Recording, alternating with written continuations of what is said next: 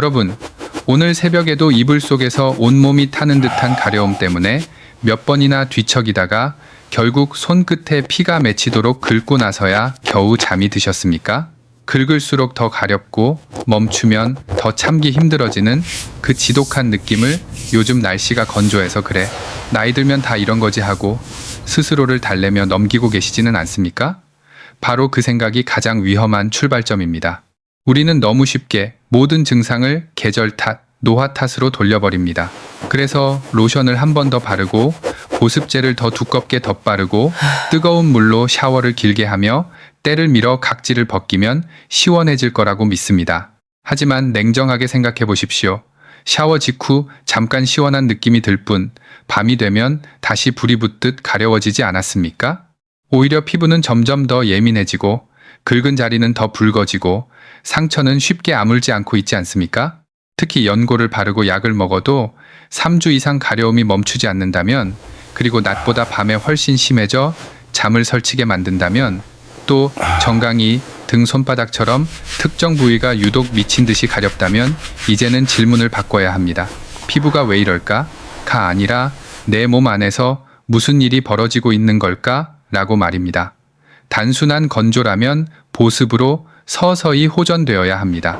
그런데 시간이 갈수록 더 깊고 더 집요하고 더 참기 어려워진다면 그것은 겉피부의 문제가 아니라 몸속 장기가 보내는 신호일 가능성을 배제할 수 없습니다. 특히 콩팥이 지쳐가고 있을 때 우리 몸은 통증 대신 가려움으로 조용히 구조 요청을 보내는 경우가 있습니다.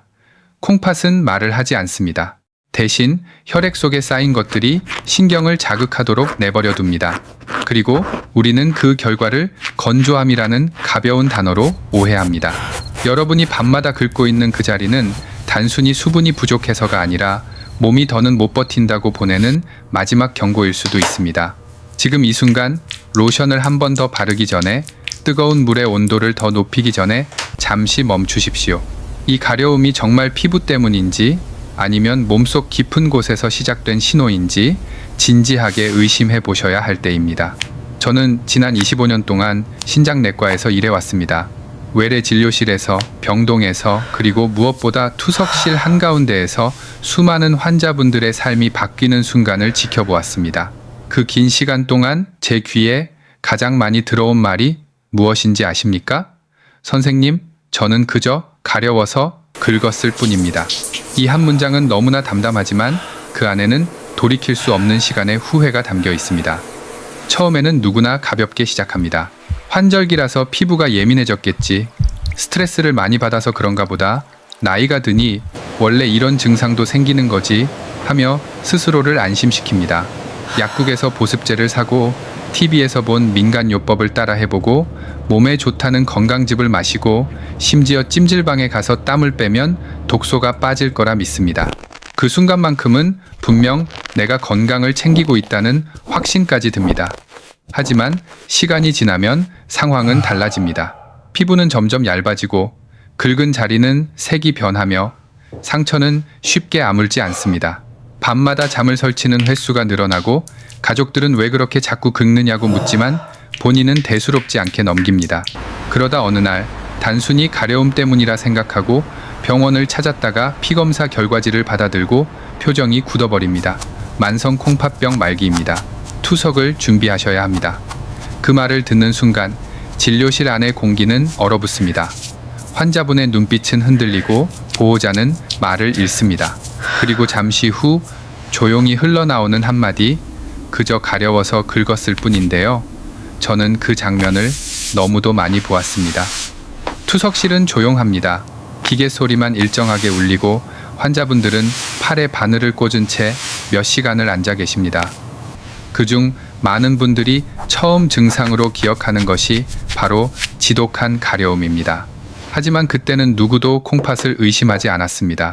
피부과를 몇 번 다녀오고 연고를 바꾸고 약을 바꾸며 시간을 보냈습니다. 그 몇 달 혹은 몇 년의 지연이 결국 콩팥을 되돌릴 수 없는 지점까지 밀어붙였다는 사실을 나중에야 깨닫습니다. 저는 그래서 오늘 단순히 가려울 때 이렇게 하세요라는 생활 팁을 드리려는 것이 아닙니다. 오늘 제가 드리려는 것은 가려움을 대하는 태도를 완전히 바꾸는 방법입니다. 이것은 보습제 선택법이 아니라 생사를 가르는 신호를 읽는 법입니다. 여러분이 지금 느끼는 그 가려움이 정말 피부 때문인지 아니면 몸속 깊은 곳에서 올라오는 경고인지 구분하지 못한다면 우리는 같은 실수를 반복하게 됩니다. 저는 더 이상 투석실에서 그저 가려워서 라는 말을 듣고 싶지 않습니다. 그래서 오늘은 긴장감을 조금 높이더라도 분명하게 말씀드리려 합니다. 가려움은 때로는 가장 조용하지만 가장 무서운 신호입니다. 이 신호를 가볍게 넘기느냐, 진지하게 받아들이느냐에 따라 여러분의 남은 삶의 방향이 달라질 수 있습니다. 이제 본격적인 이야기에 들어가기 전에 여러분께 한 가지 작은 행동을 부탁드리고 싶습니다. 화면 아래에 있는 좋아요 버튼을 한번 눌러주십시오. 이것은 단순히 영상을 응원하는 표시가 아닙니다. 나는 오늘부터 내 몸의 경고를 가볍게 넘기지 않겠다는 여러분 자신의 선언입니다. 그리고 댓글창에 5글자 튼튼한 신장이라고 남겨보십시오. 글자를 직접 적는 그 순간 여러분의 뇌는 수동적으로 듣는 상태에서 능동적으로 행동하는 상태로 전환됩니다. 이것을 저는 행동 앵커라고 부릅니다. 그냥 스쳐 지나가는 정보가 아니라 내 삶에 적용하겠다는 약속이 되는 장치입니다. 여러분이 그 5글자를 적는 순간 이 영상은 남의 이야기가 아니라 여러분 자신의 이야기가 됩니다. 그리고 이제 오늘 제가 가장 먼저 여러분의 머릿속에 깊이 새기고 싶은 문장을 말씀드리겠습니다. 피부가 가려운 게 아닙니다. 피가 가려운 겁니다. 이 한 문장이 오늘 내용의 핵심입니다. 우리는 가려움이 생기면 당연히 피부를 의심합니다. 그래서 겉을 바꾸려고 애씁니다. 하지만 콩팥은 혈액 속 노폐물을 걸러내는 필터입니다. 이 필터가 오래 사용되어 닳고 찌꺼기로 막히면 어떻게 되겠습니까? 원래 소변으로 빠져나가야 할 요독이 혈관을 떠돌며 온몸을 순환하게 됩니다. 그 요독이 피부 아래의 미세신경을 예민하게 만들고 작은 자극에도 과민하게 반응하도록 바꿔놓습니다. 특히 밤이 되면 우리 몸의 감각은 더 또렷해지고 혈관은 이완되며 그 자극은 더 크게 느껴집니다. 그래서 낮에는 참을 만하던 가려움이 밤이 되면 폭발하듯 심해지는 것입니다. 그러니 지금 여러분이 느끼는 그 가려움이 단순한 건조인지 아니면 혈액 속에 쌓인 무언가가 신경을 자극하는 신호인지 구분해야 합니다. 우리는 이제 겉이 아니라 속을 봐야 합니다. 다음 이야기에서는 왜 콩팥이 약해질 때 이런 일이 벌어지는지 그 구체적인 원인을 하나씩 풀어보겠습니다. 이제 왜 피가 가렵다는 표현을 쓰는지 그 의학적인 이유를 조금 더 쉽게 풀어보겠습니다. 많은 분들이 요독이라고 하면 그저 몸에 쌓인 더러운 찌꺼기 정도로 생각하십니다. 하지만 요독은 단순한 노폐물이 아닙니다. 콩팥이 제 기능을 하지 못하면 원래 소변으로 배출되어야 할 여러 독성 물질들이 혈액 속에 그대로 남아 온몸을 순환하게 됩니다. 이 물질들은 피부 겉을 먼저 자극하는 것이 아니라 피부 아래에 촘촘히 깔려있는 미세신경을 직접 예민하게 만듭니다. 그래서 아주 작은 자극에도 신경이 과민 반응을 일으키고 그 결과가 바로 참을 수 없는 가려움으로 나타나는 것입니다. 긁어도 잠깐뿐이고 오히려 더 깊은 곳이 간질거리는 이유가 여기에 있습니다. 여기서 공포는 한 단계 더 깊어집니다. 콩팥 기능이 떨어지면 우리 몸은 포스포러스이라는 물질을 충분히 배출하지 못하게 됩니다. 혈액 속인 농도가 올라가면 몸은 균형을 맞추기 위해 뼈 속에 저장되어 있던 칼슘을 끌어내어 혈액으로 보냅니다. 문제는 혈액 속에서 만난 칼슘과 인이 서로 결합해 작은 결정체를 만든다는 사실입니다. 이 결정은 눈에 보이지 않을 만큼 미세하지만 성질은 매우 단단합니다. 저는 환자분들께 이것을 이렇게 설명합니다. 피 속에 아주 작은 유리가루가 떠다니는 것과 같습니다. 라고요. 상상해 보십시오. 눈에 보이지 않는 유리가루가 혈관을 타고 돌다가 피부 아래 신경 주변에 달라붙어 미세하게 찌른다면 그 느낌이 어떻겠습니까? 그래서 여러분은 겉피부를 아무리 세게 긁어도 시원하지 않습니다.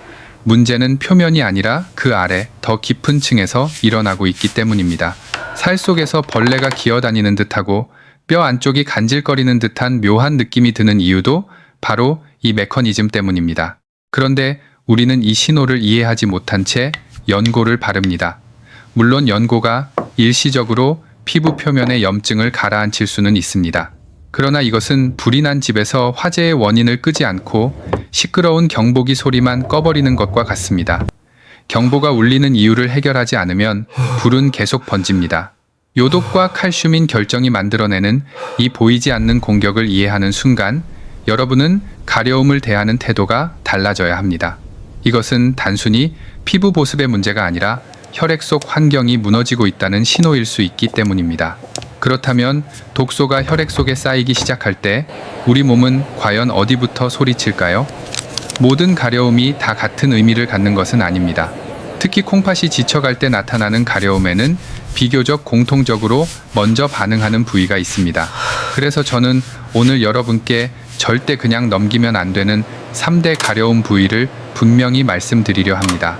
만약 이 세 곳이 유독 참기 힘들 만큼 가렵다면 그것은 단순한 피부 건조가 아니라 장기가 보내는 경고일 가능성을 의심하셔야 합니다. 이제부터 말씀드릴 부위들은 단순한 정보가 아니라 여러분 스스로를 점검할 수 있는 경고등 목록입니다. 자신의 몸을 떠올리며 하나씩 체크해 보십시오. 그리고 이어지는 이야기에서는 각 부위마다 실제 사례와 집에서 할 수 있는 자가 테스트, 그리고 반드시 멈춰야 할 행동까지 구체적으로 연결해 드리겠습니다. 첫 번째로 말씀드릴 위험 부위는 바로 정강이와 발목입니다. 왜 하필 이곳일까요? 답은 단 한 단어, 중력입니다. 콩팥이 수분과 노폐물을 제대로 걸러내지 못하면 갈 곳을 잃은 물과 독소는 혈관을 타고 몸을 떠돌다가 결국 아래로 쏠립니다. 우리는 하루 대부분을 서 있거나 앉아 지냅니다. 그러니 무거운 수분과 노폐물은 자연스럽게 다리 쪽으로 내려가 고이게 됩니다. 특히 정강이는 피부가 얇고 바로 아래에 뼈가 있어 변화가 가장 먼저 드러나는 부위입니다. 그래서 콩팥이 약해질 때 다리의 붓기와 가려움이 동시에 나타나는 경우가 많습니다. 제가 만났던 67세 택배 기사 한 분이 떠오릅니다. 그분은 하루 종일 걸어 다니니 다리가 붓는 건 당연하다고 생각했습니다. 발목이 무겁고 정강이가 가려워 밤마다 긁었지만 직업 탓이라 여기며 버텼습니다. 양말 자국이 저녁까지 깊게 남아 있었지만 대수롭지 않게 넘겼습니다. 그러나 검사 결과는 달랐습니다. 콩팥 기능이 이미 눈에 띄게 떨어져 있었고 혈액 속 요독 수치도 높게 확인되었습니다. 단순 피로와 직업병이라 믿었던 증상이 사실은 장기의 구조 신호였던 것입니다. 그래서 지금 이 영상을 보고 계신 여러분께 바로 해보시라고 말씀드립니다. 정강이 10초 테스트입니다. 의자나 바닥에 다리를 편 상태에서 엄지손가락으로 정강이 뼈 안쪽의 평평한 부분을 찾으십시오. 그리고 마음속으로 천천히 10초를 세며 뼈가 느껴질 정도로 강하게 누르십시오. 하나, 둘, 셋, 10까지 센 뒤 손을 떼보십시오. 만약 눌린 자국이 고무공처럼 바로 튀어오르지 않고 메모리폼 베개처럼 푹 들어간 채 한참 동안 남아있다면 이것은 단순한 살집이 아닙니다. 이것을 의학적으로는 함유부종이라고 부르며 몸 안에 수분과 노폐물이 정체되어 있다는 신호일 수 있습니다. 특히 정강이 가려움, 발목의 무거움, 그리고 양말 자국이 오래 남는 현상이 함께 나타난다면 절대 오늘 좀 피곤해서 그렇겠지 하고 넘기지 마십시오. 이 조합은 피부 건조의 문제가 아니라 콩팥이 처리하지 못한 수분과 독소가 아래에 고여 있다는 경고일 수 있습니다. 중력은 거짓말을 하지 않습니다. 몸의 가장 아래쪽이 먼저 무너진다면 그 위에서 조용히 진행 중인 변화도 반드시 의심해 보셔야 합니다. 두 번째로 절대 가볍게 넘기면 안 되는 부위는 등 한복판, 특히 날개뼈 주변입니다. 많은 분들이 이곳이 가려우면 샤워를 제대로 안 해서 그런가, 때가 밀려서 그런가 하고 생각합니다. 하지만 이 부위의 가려움은 단순한 피부 트러블이 아니라 척추를 타고 뻗어나오는 감각신경이 보내는 경고일 수 있습니다. 콩팥 기능이 떨어지면 혈액 속 요독과 인 수치가 올라가면서 신경을 예민하게 만들고 특히 척추 주변처럼 신경이 밀집된 부위에서 깊고 집요한 가려움으로 나타나는 경우가 많습니다. 그래서 겉으로는 멀쩡해 보여도 속에서는 신경이 비명을 지르고 있는 상태가 되는 것입니다. 제가 잊지 못하는 73세 김 할머니가 계십니다. 혼자 지내시던 할머니의 침대 머리맡에는 항상 효자손이 놓여 있었습니다. 나 혼자 사니까 이게 내 효자야. 그렇게 웃으며 말씀하셨지만 실상은 달랐습니다. 밤마다 등이 간질거려 잠을 이루지 못했고 아무리 긁어도 시원하지 않았다고 합니다. 어느 날 진료실에서 할머니는 이렇게 말씀하셨습니다. 선생님, 피부가 아니라 뼈 안쪽이 간지러웠어요. 척추 속에서 불개미가 기어다니는 것 같았어요. 바로 이 표현이 핵심입니다. 겉피부가 아니라 깊은 곳, 살 안쪽, 뼈 가까운 곳이 미칠 듯이 간질거리는 느낌. 이것이 신경성 소양증의 특징입니다. 문제는 여기서 끝나지 않습니다. 김할머니는 효자손으로 등을 반복해서 긁다가 피부가 찢어졌고 작은 상처로 세균이 침투해 염증이 번졌습니다. 결국 고열과 통증으로 응급실에 실려 오셨습니다. 콩팥이 약해진 상태에서는 면역력도 함께 떨어져 있어 작은 상처 하나가 큰 감염으로 이어질 위험이 높습니다. 특히 등은 스스로 상태를 확인하기 어려운 부위라 상처가 심해질 때까지 방치되는 경우가 많습니다. 그래서 저는 단호하게 말씀드립니다. 오늘부터 효자손, 나무막대, 벽모서리, 어떤 도구로든 등을 긁는 습관을 멈추십시오. 도구로 긁는 순간 피부는 더 이상 보호막이 아닙니다. 그 순간 피부는 세균이 들어오는 침입문이 됩니다. 깊은 가려움은 겉을 파괴한다고 해결되지 않습니다. 만약 등 한복판이 유독 밤마다 심하게 가렵고 겉에는 별다른 발진이 없는데도 속이 타는 듯 간질거린다면 그것은 단순 건조가 아니라 장기에서 올라오는 신경의 경고일 수 있습니다. 이 신호를 무시하지 마십시오. 세 번째로 주의해야 할 부위는 손바닥과 발바닥입니다. 많은 분들이 이 부위가 가려우면 주부습진이나 무좀, 단순한 건조증으로 생각하고 연고부터 바릅니다. 물론 그런 경우도 있습니다. 그러나 손바닥이 유난히 붉어지고 밤이 되면 화끈거리며 타는 듯한 자결감이 함께 나타난다면 이야기가 달라집니다. 이것은 단순 피부 문제가 아니라 간과 콩팥이 동시에 지쳐가고 있다는 신호일 수 있습니다.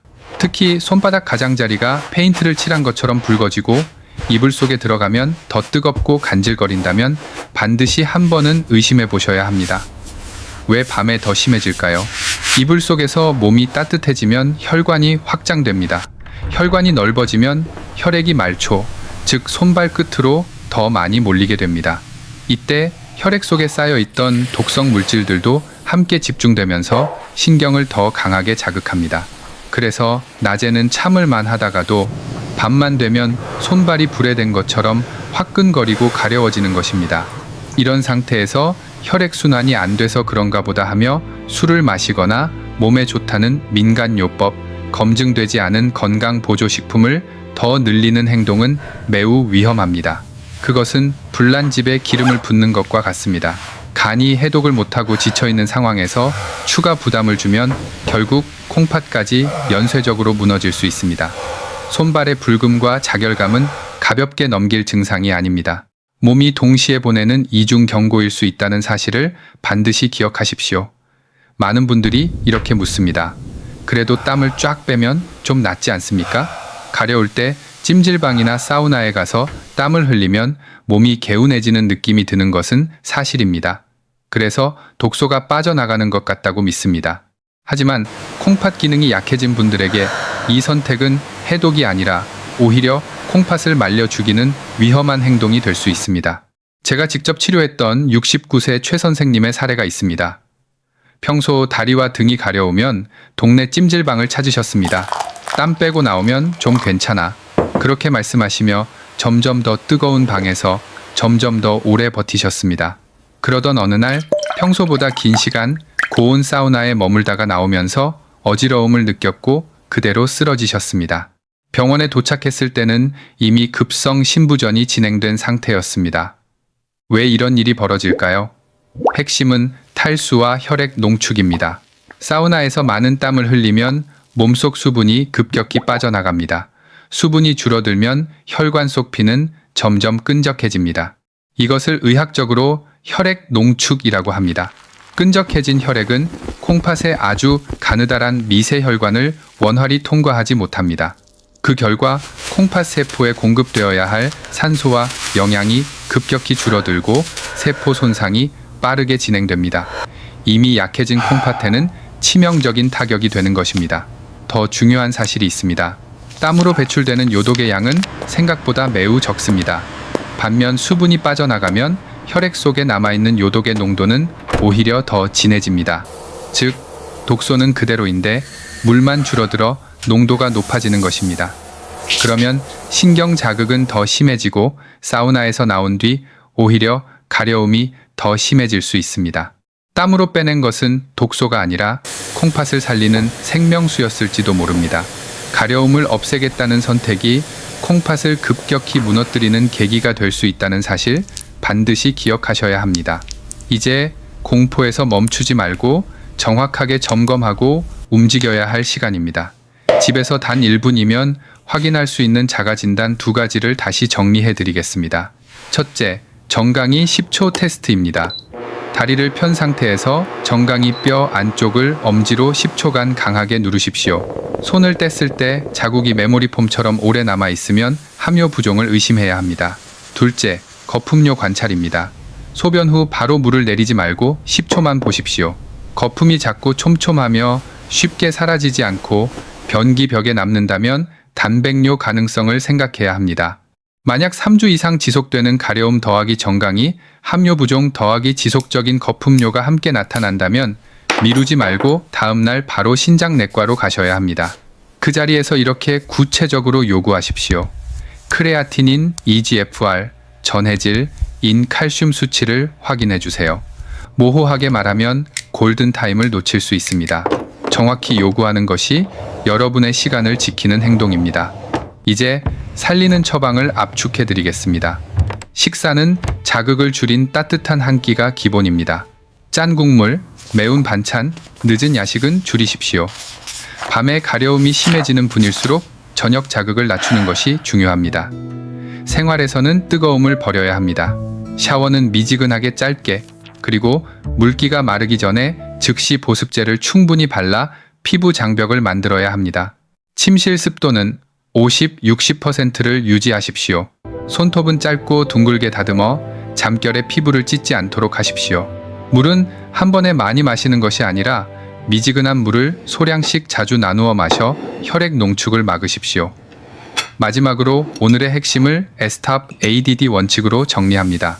스톱, 뜨거운 샤워 오래 하기, 때밀이로 해결하려 하기, 효자손과 도구로 긁기, 찜질방 사우나에서 땀으로 해독하려 하기, 검증되지 않은 민간요법과 건강즙 남용하기, 나이 탓이라며 3주 이상 방치하기를 지금 멈추십시오.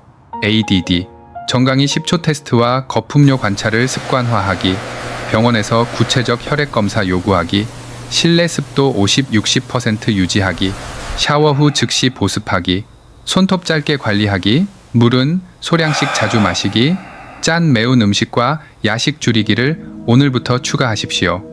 이 영상이 도움이 되셨다면 좋아요를 눌러주십시오. 구독은 여러분이 혼자 싸우지 않겠다는 약속입니다. 가족 중 밤마다 긁고 계신 분이 있다면 반드시 공유해 주십시오. 댓글에는 튼튼한 신장 또는 기억이라고 남겨주십시오. 그 한 단어가 여러분의 습관을 지키는 템이 됩니다. 마지막으로 꼭 드릴 말씀입니다. 이 내용은 일반적인 건강 정보이며 개인의 신장 단계와 복용 약물에 따라 달라질 수 있습니다. 현재 드시는 약을 임의로 중단하지 마십시오. 반드시 주치의와 상의하십시오. 갑작스러운 숨참, 심한 부종, 소변량 급감, 흉통, 의식 저하, 고열과 함께 상처가 붉게 번지는 증상이 있다면 즉시 응급실로 가셔야 합니다. 가려움은 단순 불편이 아니라 마지막 경고일 수 있습니다. 오늘부터는 긁지 말고 살리는 선택을 하십시오.